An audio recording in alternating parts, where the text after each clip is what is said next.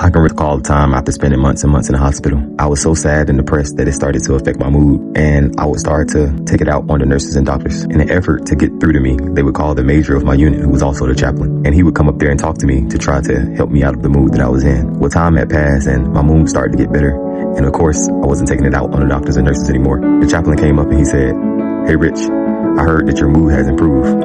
What changed?"